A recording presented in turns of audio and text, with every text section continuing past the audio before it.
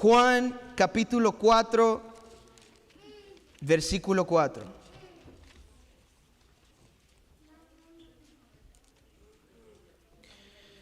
Juan capítulo 4, versículo 4. Amén. Amén. Esta palabra la leemos en el Padre, del Hijo, del Espíritu Santo. Jesús y la samaritana, versículo 4. Como tenía que pasar por Samaria, llegó a un pueblo samaritano llamado Sicar, cerca del terreno que Jacob le había dado a su hijo José. Allí estaba el pozo de Jacob. Jesús, fatigado del camino, se sentó junto al pozo. Era cerca del mediodía. Sus discípulos habían ido al pueblo a comprar comida. En eso llegó a sacar agua una mujer de Samaria, y Jesús le dijo: dame un poco de agua. Pero como los judíos no usan nada en común con los samaritanos, la mujer le respondió: ¿cómo se te ocurre pedirme agua si tú eres judío y yo soy samaritana? Si supieras lo que Dios puede dar y conocieras al que te está pidiendo agua, contestó Jesús, tú le habrías pedido a él y él te habría dado agua que da vida. Señor, ni siquiera tienes que sacar agua. Ni siquiera tienes con qué sacar agua y el pozo es muy hondo. ¿De dónde, pues, vas a sacar esa agua que da vida? ¿Acaso eres tú superior a nuestro padre Jacob, que nos dejó este pozo del cual bebieron él, sus hijos y su ganado? Todo el que beba de esta agua volverá a tener sed, respondió Jesús. Pero el que bebe del agua que yo le daré no volverá a tener sed jamás, sino que dentro de él esa agua se convertirá en un manantial del que brotará vida eterna. Señor, dame de esa agua que no vuelva a tener sed, ni siga viniendo aquí a sacarla. Ve a llamar a tu esposo y vuelve acá, le dijo Jesús. No tengo esposo, respondió la mujer. Bien has dicho que no tienes esposo. Es cierto que has tenido 5 y el que ahora tienes no es tu esposo. En esto has dicho la verdad. Señor, me doy cuenta de que tú eres profeta. Nuestros antepasados adoraron en este monte, pero ustedes los judíos dicen que el lugar donde debemos adorar está en Israel, en Jerusalén. Créeme, mujer, que se acerca la hora en que ni este monte ni en Jerusalén adorarán ustedes al Padre. Ahora ustedes adoran lo que no conocen. Nosotros adoramos lo que conocemos, porque la salvación proviene de los judíos. Pero se acerca la hora, y ha llegado ya, en que los verdaderos adoradores rendirán culto al Padre en espíritu y en verdad, porque así quiere el Padre que sean los que le adoren. Dios es espíritu y quienes lo adoran deben hacerlo en espíritu y en verdad. Hermano, siga conmigo, vamos a seguir leyendo. Sé que viene el Mesías, al que llaman al Cristo, respondió la mujer. Cuando Él venga nos explicará de las cosas. Ese soy yo, el que habla contigo, le dijo Jesús. Seguimos, continuamos. En esto llegaron sus discípulos y se sorprendieron de verlo hablando con una mujer, aunque ninguno le preguntó: ¿qué pretendes? ¿O de qué hablas con ella? La mujer dejó su cántaro, volvió al pueblo y le decía a la gente: hey, vengan a ver a un hombre que me ha dicho todo lo que he hecho. ¿No será este el Cristo? Salieron del pueblo y fueron a ver a Jesús. Vamos a parar ahí y vamos al versículo 39. Muchos de los samaritanos que vivían en aquel pueblo creyeron en él por el testimonio que daba la mujer. Me dijo todo lo que he hecho. Así que cuando los samaritanos fueron a su encuentro, le insistieron en que se quedara con ellos. Jesús permaneció ahí 2 días y muchos más llegaron a creer por lo que él mismo decía.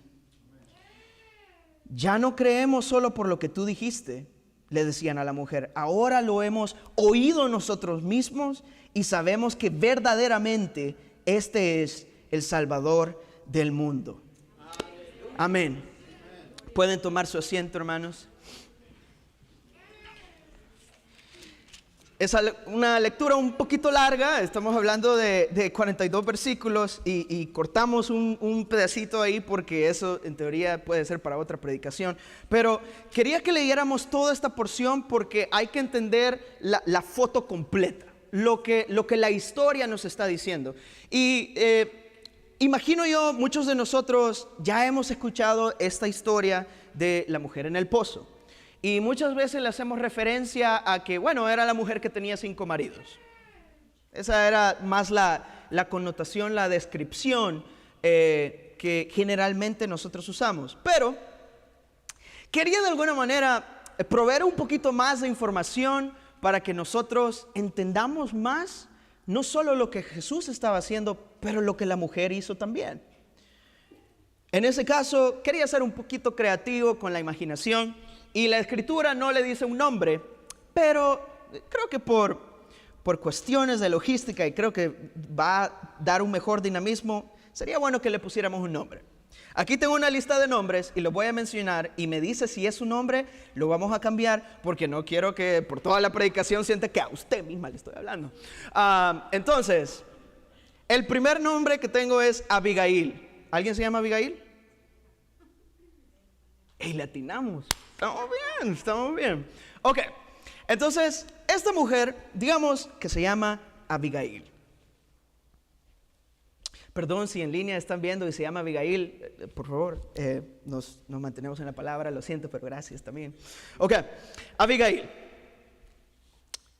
¿Cómo empieza esta historia? Jesús interactúa con Abigail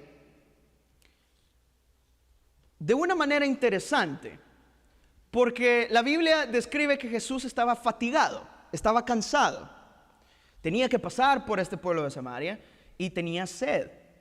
Y resulta que Abigail estaba ahí para recoger agua, no sabía lo que iba a venir después, pero lo que ella sí sabía es que tenía una responsabilidad y tenía que ir a traer agua. Ahora, cuando Jesús empieza a interactuar con ella,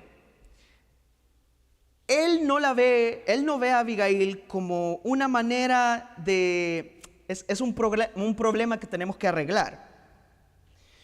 Pero Jesús abrió la conversación de una manera en la que estaba invitándola a que la conociera a Él.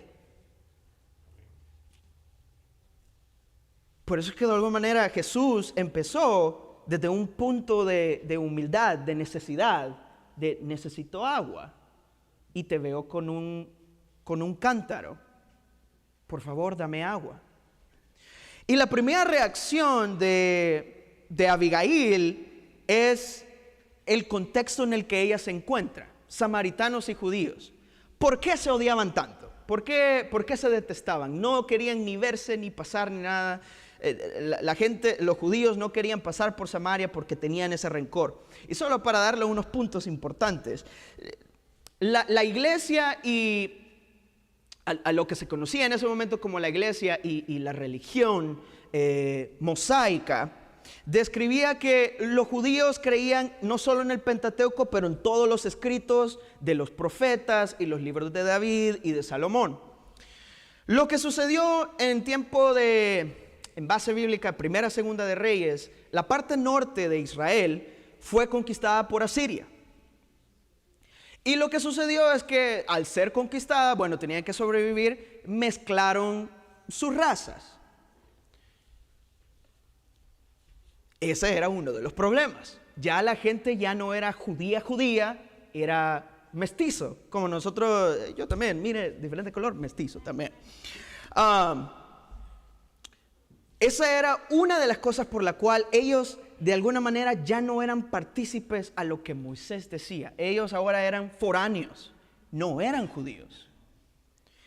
2, por la situación de esta conquista, ahora la palabra, las escrituras, ellos decidieron únicamente afiliarse con el Pentateuco, Génesis, Éxodo, Levítico, Números, Deuteronomio, y después ignoraron todo lo que tenía el escrito.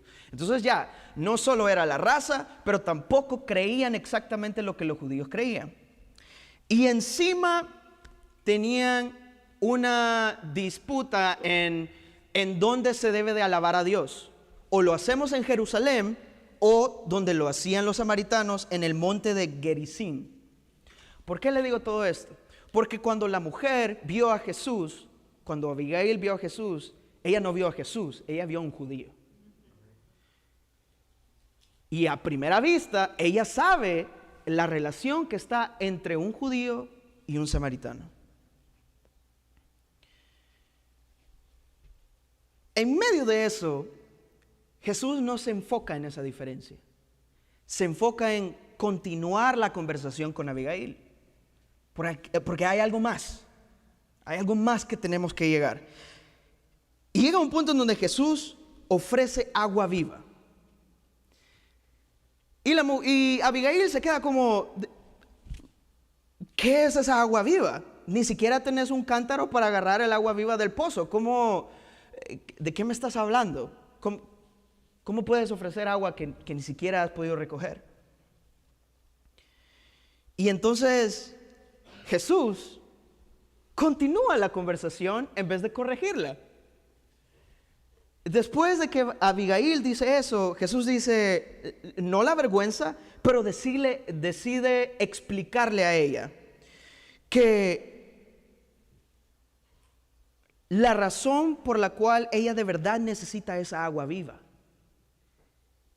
que le va a quitar la sed y que la va a sustentar y que va a fluir y que va a ser agua viva. Y en ese momento ella le dice, bueno, si insistes en que me puedes dar esa agua, por favor, dámela. No seas tacaño, por favor, dame un poquitito. Y Jesús le dice, ¿sabe qué? Trae a tu esposo y a ver qué podemos hacer. Y ella le dijo, Jesús, no tengo esposo. Y llegamos a ese momento en donde hemos utilizado esta referencia por cómo reconocemos a Abigail en este pasaje. Y Jesús le pregunta de su esposo, pero su enfoque nunca fue en juzgarla, ni condenarla, ni que se arrepienta. Solo le dice, ciertamente mujer, tú has tenido 5 maridos y el que tú tienes no es marido tampoco. Y termina y lo deja. Bien pudo Jesús haberle dicho, mira lo que dice los 10 mandamientos y mira lo que dice el libro de Deuteronomio porque tú también lo conoces. No, ese nunca fue el enfoque. Y ahí es donde quisiera darle un poquito de tiempo a entender más de Abigail, de dónde viene. En este contexto, en esta situación en donde estábamos, déjeme contarle lo que le pasaban a las mujeres. La mujer no podía escoger con quién se casaba. El matrimonio era arreglado.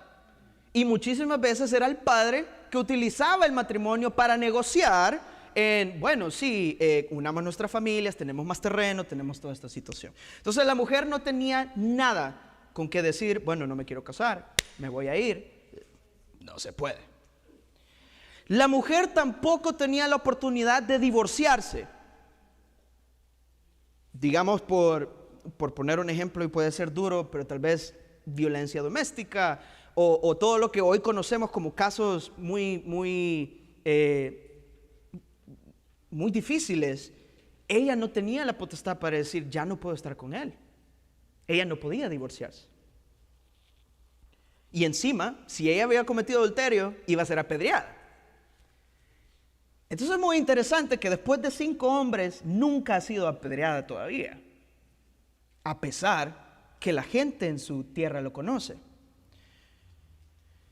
Y también en esos tiempos de conflictos que tanto se odiaban los samaritanos y los judíos y también los territorios en sí, los varones, los hombres iban a ir a luchar. Y si ellos morían, la mujer se quedaba viuda. Y el problema de cuando la mujer se quedaba viuda es que ella era sometida a paso por paso para que ella no pudiera quedar sola. Por ejemplo, si el marido falleció. Lo mataron en guerra. Ella ahora tenía que esposarse del hermano, si tenía un hermano, del que murió. Encima tampoco pudo escoger cuál hermano, sino que era el hermano que le seguía. Si en dado caso él era hijo único, entonces ella se iba con su suegro, y si el suegro tenía la potestad de decir, mire, a mí no me alcanza con mi finanza de sostener a usted, entonces mire, váyase. El suegro tenía derecho de hacer eso. Y si la mujer perdió a su marido, no tiene cuñado y no tiene suegro, quien la mantenía era si tenía un hijo mayor que fuera adulto, porque es el linaje próximo. Pero si ella tenía hijos y no eran adultos, entonces ella tenía que regresar con su padre o con sus hermanos. ¿Por qué le cuento todo esto? Porque fueron 5 hombres y con el que estaba no era su esposo. Y nuestra mente inmediatamente a lo que conocemos hoy es, uy, si anda con un hombre que no es su esposo, ¿ya? Y anduvo con 5.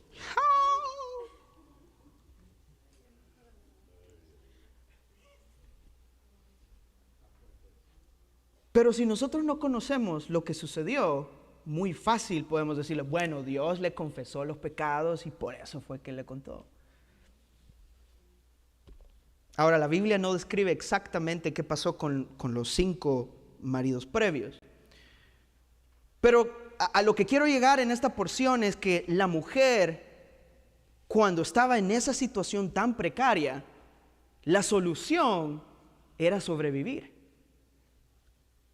Y para sobrevivir necesitaba estar atada a un hombre, porque el hombre tenía la potestad, el hombre tenía este poder, el hombre tenía esta autoridad para decir, bueno, tú eres la cabeza de la casa y mujer que está debajo tuya se mantiene.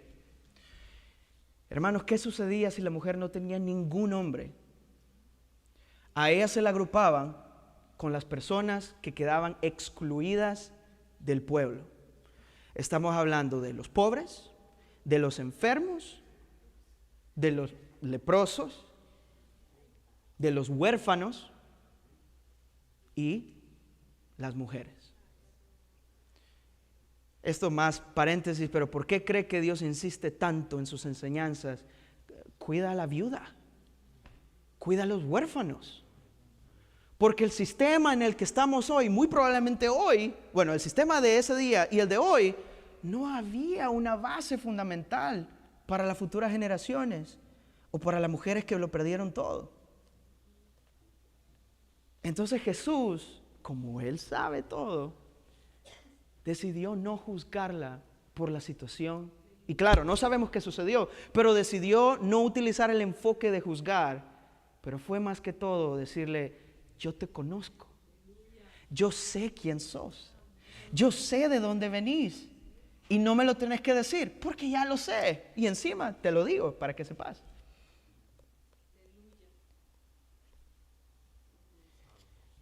Entonces la historia de esta mujer no se trata de un escándalo, pero se trata de sufrimiento y sobrevivencia.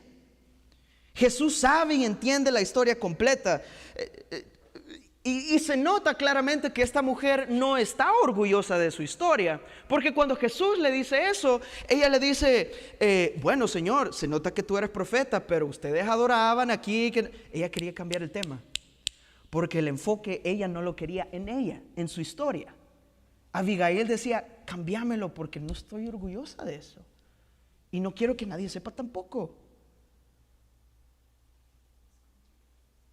Y Jesús le dice, mira, discutamos un poco de teología y hablemos de dónde tenemos que adorar, pero te estoy diciendo que si tú supieras a quién estás hablando, tú pidieras el agua viva a mí, a mi persona.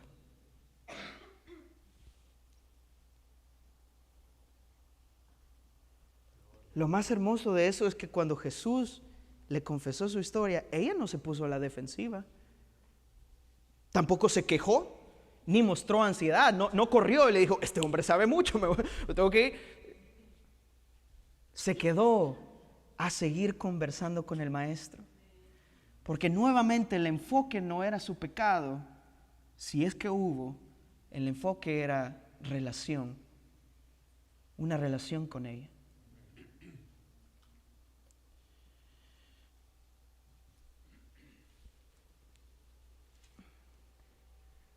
Lo más hermoso es que la mujer vino al pozo porque necesitaba de agua. Y Jesús le dio uno de los mejores regalos. Y encima que le dijo que Él era el fuente de agua viva, Él le dijo, el Mesías está enfrente tuyo. El Mesías está aquí, está ahora y está contigo. Qué bueno que tú crees que el Mesías va a venir en algún momento, pero el Mesías está aquí enfrente tuyo.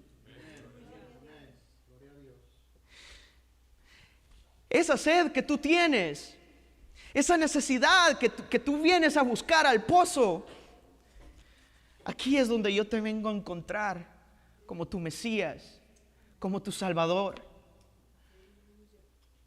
En medio de ese desorden, en medio de esas circunstancias, Jesús aparece y le dice, yo estoy aquí.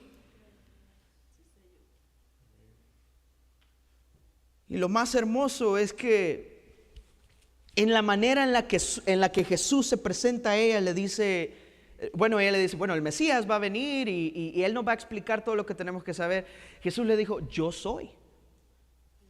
Esas fueron sus palabras, yo soy. ¿Dónde habíamos escuchado eso antes, hermano? Yo soy en Moisés, ¿verdad? Eso lo vemos en Éxodo capítulo 3, versículo 14. Si usted es rápido, me acompaña. Si no, ya lo encontré. Éxodo capítulo 3, versículo 14. Bueno, leemos un poquito de antes en el versículo 13. Amén. Pero Moisés insistió, supongamos que me presento ante los israelitas y les digo, el Dios de sus antepasados me ha enviado a ustedes. ¿Qué les respondo si me preguntan, ¿y cómo se llama? Y en el versículo 14, Dios, en esa zarza ardiente, que no se desvanecía ni se quebraba, pero tenía un poder tan magistral, le dijo, yo soy el que soy. Respondió Dios a Moisés. Y esto es lo que tienes que decirles a los israelitas. Yo soy, me ha enviado a ustedes. Esta es de las pocas ocasiones en donde Dios tiene un encuentro tan personal con Moisés que todavía le tuvo que decir, Moisés, yo sé que tenés tus chanclas, pero quítátelas, porque este terreno es santo y mi presencia es santa. Y cuando tú vienes y te acercas a mí, es como un fuego ardiente en donde te declaro quién soy. ¿Y quién es Dios? Soy yo, el que soy. Y el contraste tan hermoso, Moisés era judío.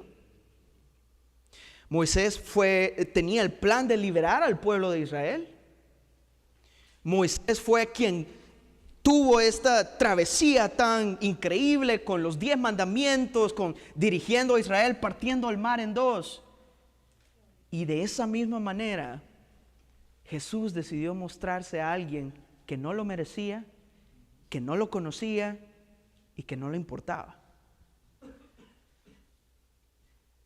Y Jesús se presentó de la misma manera, abriéndole el espacio, diciéndole, yo soy. Yo soy el que soy. Y yo soy el Mesías que estás hablando. Esta es de mis partes favoritas. La mujer. La historia relata que Abigail deja el cántaro y se va corriendo a su pueblo. Dejemos las cosas claras. Ella sabía cuáles eran las prioridades.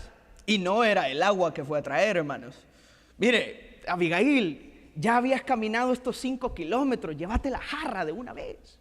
Ya habías traído el agua, vamos, llévatela. No.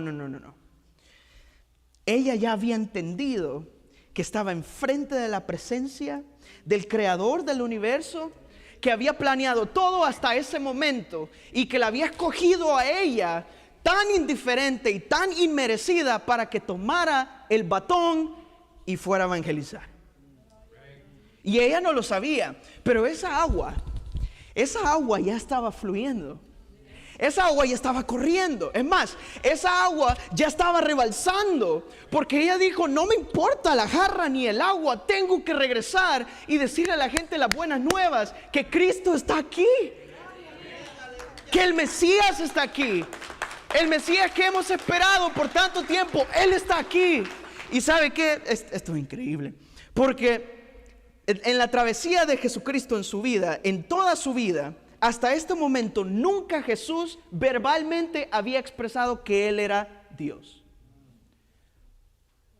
Antes los discípulos lo habían reconocido y no, Señor, tú eres el Rey de Reyes, pero no salió de la boca de Jesús. Juan el Bautista bautizó a Jesús, pero Jesús no dijo nada, solo vio la paloma, el Espíritu Santo descendiendo en los hombros de Jesús y el Padre hablando: Él es mi Hijo. Pero Jesús nunca lo anunció. ¿Sabe qué es lo hermoso de esto? En ese momento tan privado, en ese momento tan único, sin tener que gritarle a los 4 vientos, Él le dijo a Abigail: yo soy. Y ella fue la primera persona que pudo escuchar, saliendo de la boca de Cristo, que Él era Dios. Y encima de eso, cuando va a su pueblo, comparte este mensaje de una manera tan increíble que tal vez ni yo me pongo en esa perspectiva, ni yo lo hubiera creído, porque sabe que sí cuenta como evangelizar, pero no es como el evangelio tradicional que nosotros conocemos, porque nosotros sabemos que está enfocado en la muerte de Cristo. Murió por nuestros pecados y por eso fuimos salvos. Jesús no había muerto todavía. Y el momento de Pentecostés tampoco había sucedido, el Espíritu descendiendo como consolador nuestro. No había pasado nada de eso. Entonces encima lo tenía más difícil Abigail convencer a su pueblo y decirle que mire, aunque Él no haya muerto, Él es nuestro Salvador. Aunque ustedes no lo hayan visto, lo que va a hacer después, Él nos ha salvado, Él nos puede salvar.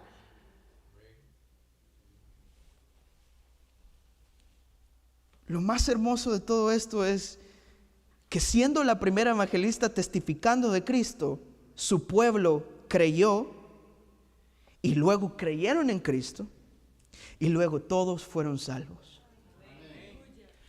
Ella dejó la jarra, fue corriendo y esa agua ya estaba esparciéndose. Ella tenía que compartirlo. Era mucho. Y cuando llegó le dijo: Eric, el hombre del pozo de allá, él lo sabe todo y sabe todo lo de mi vida. ¿Será él el Mesías? Sabrina, el hombre del pozo de allá, él dice que tiene agua viva. Y ¿sabes qué? Yo no entiendo cómo lo va a hacer, pero esa agua viva me está moviendo y te la tengo que compartir. Y tú tienes que ir. Tienes que ir porque Él es el Mesías. ¿Será Él el Mesías? ¿Es agua viva? Papá, el hombre de allá del pozo me miró con unos ojos de amor, de gracia, de misericordia. No me juzgó, pero dijo que Él me puede salvar. Ese hombre del pozo, ese hombre que lo sabe todo y que con su amor, sin tener que morir en la cruz en ese momento, yo ya sabía lo que su amor iba a representar. Y era ser salvos de lo que no conocemos, ser salvos del juicio, ser salvos de un amor tan inexplicable que nos ofrece el agua viva, que puede ser manantial de nuestros cuerpos. Y con esa con esa emoción, con esa obra que Dios ha hecho, eso mismo quiero compartir a los demás. Porque el Mesías no solo es para mí, es para cada cual persona que pueda entender y aceptar a Cristo como su Salvador personal. Porque esa agua es la que me motiva cada día y me mueve. Y entiendo que su presencia es tan grande, que mi pecado no es más grande que su amor. Que lo que he fallado no es más grande que su gracia. Y que aunque falle cada día, esa agua viva va a seguir sin secarse. Porque Cristo es el Mesías. Entonces, hermanos, el enfoque de esta historia, si podemos cambiarlo, no se trata del pecado, se trata de nuestra sed. ¿De qué estamos sedientos hoy? ¿Cuál es nuestra sed? ¿Es una sed de aprobación? ¿Es una sed de éxito? ¿Es una sed de poder? ¿Es una sed de riqueza? ¿Es una sed de sentirse parte? ¿Es una sed de me siento excluido? ¿Es una sed de, hermanos, no importa cuál es la sed, porque Jesús está esperando en el pozo?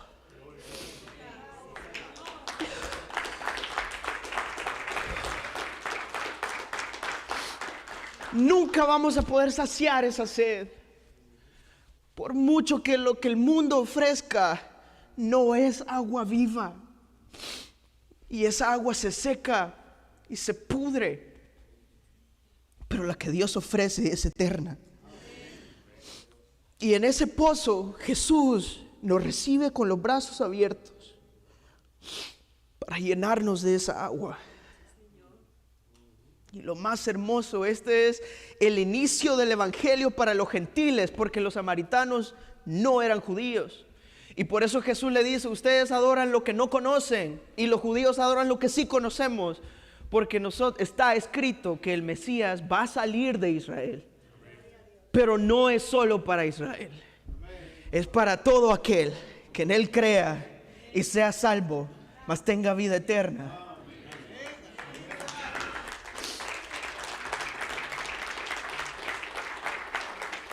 Entonces Jesús, a pesar de todo paradigma, de toda lógica, de toda cultura, de todo pasado, de toda apariencia, no importando quién sea y quién viene al pozo, ofrece algo muchísimo más grande, que es su amor y su gracia sobre todo. ¿Cómo nosotros no vamos a ser receptivos como Abigail? ¿Cómo nosotros no vamos a comprender que esa agua es tan deliciosa, es tan dulce, es tan fragante, es tan transformadora, es tan nos redime, es tan cambia todo mi ser? Porque no importan los 5 hombres más con el que estoy, esa no es mi prioridad ahorita. Mi prioridad es estar cerca de Cristo. Y después de eso, luego el Señor hace su parte. Pero ¿a qué nos llama Dios? No nos llama para acusarnos o para avergonzarnos.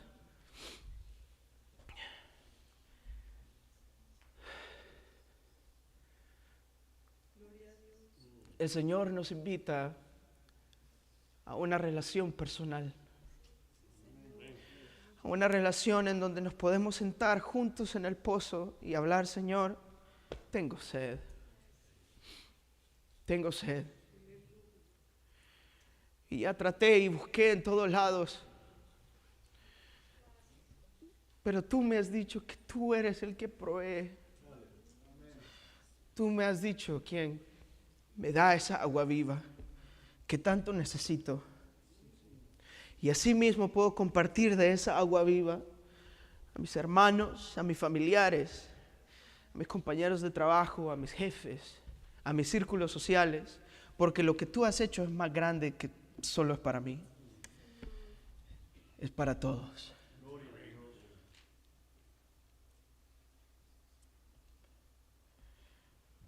Hermanos, ¿de qué estamos sedientos?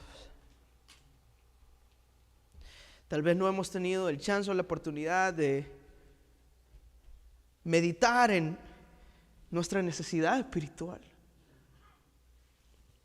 Y venimos a la iglesia, leemos la palabra y a veces sentimos que ni eso basta. ¿A qué nos está llamando Dios hoy, ahora, en este lugar? Así como le dijo Jesús a Abigail, yo soy el que soy y hoy lo tienes enfrente. ¿Qué esperas? ¿Qué esperas por esa agua? ¿Qué esperas por mi presencia? ¿Qué esperas por mi salvación? Porque yo aquí estoy.